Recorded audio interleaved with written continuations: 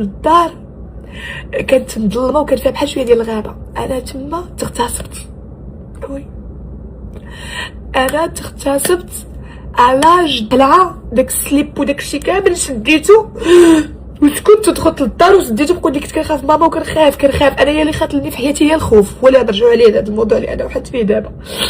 بس كيفاش ديت داك السليب وداك الشيء كامل فيه الدم بالخلعه وخبيته وانت ما عارفاش داك الشيء وقع لي في حياتي.